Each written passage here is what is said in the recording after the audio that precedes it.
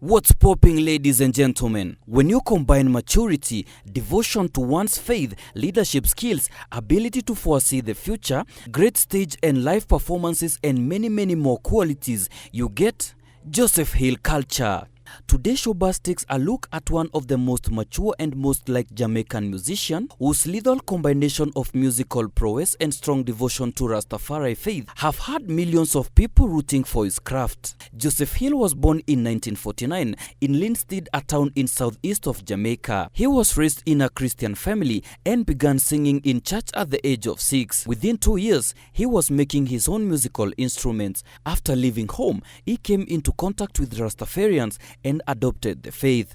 He began his career in the late 1960s as a percussionist, recording with the Studio One house band the Soul Defenders. Just like many other reggae legends, his career was forged by the legendary Coxsone Dodd. He also worked as a sound system DJ and began performing as a backing vocalist, leading to his singles Behold the Land and Take Me Girl in the early 70s. In the early 70s, Joseph Hill performed with two groups that included the future reggae star Glen Washington. He performed regularly in the hotel circuit, but had his greatest success with the group Culture. Joseph Hill formed the group Culture in 1976 when the reggae music was taking the world by storm.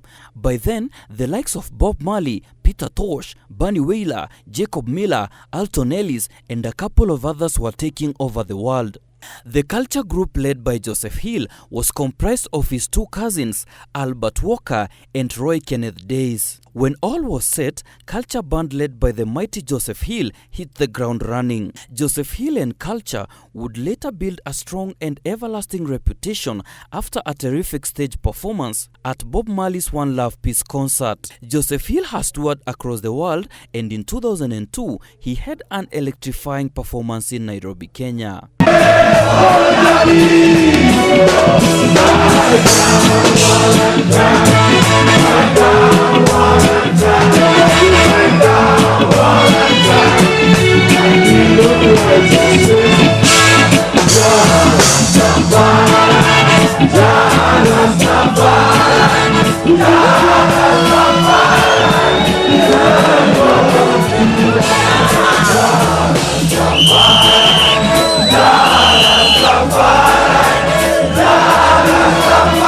As a member of the Rastafari movement, Joseph Hill was a worshipper of Emperor Haile Selassie I of Ethiopia.